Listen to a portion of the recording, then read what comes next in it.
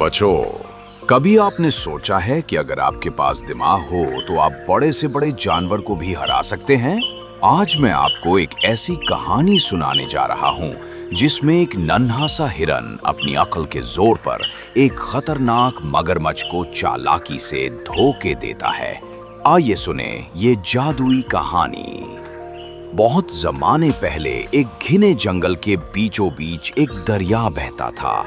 इसके एक किनारे पर एक खूबसूरत और ज़हीन हिरन रहता था।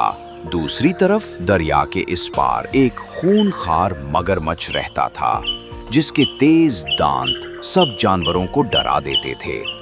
वो हर वक्त यही सोचता रहता कि किसी तरह इस हिरन को पकड़कर खा जाए। एक दिन हिरन दरिया के किनारे घास चर रहा था कि अचानक इसकी नजर सामने के किनारे पर लाल लाल रसीले बेरियों पर पड़ी।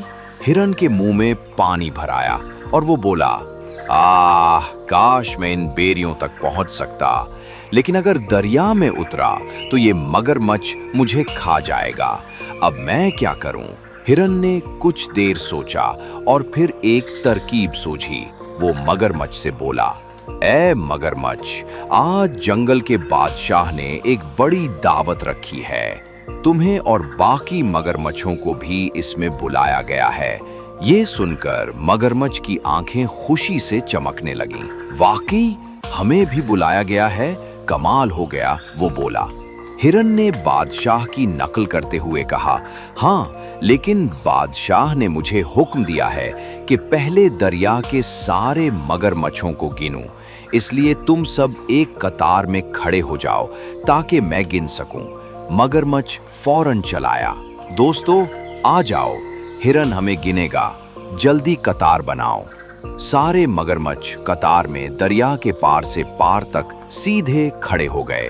हिरन ने खुश होकर कहा, बहुत अच्छा, अब मैं गिनता हूँ और जैसे जैसे गिनूंगा तुम्हारी पीठ पर चढ़कर दूसरे मगरमच्छ पर जाऊंगा।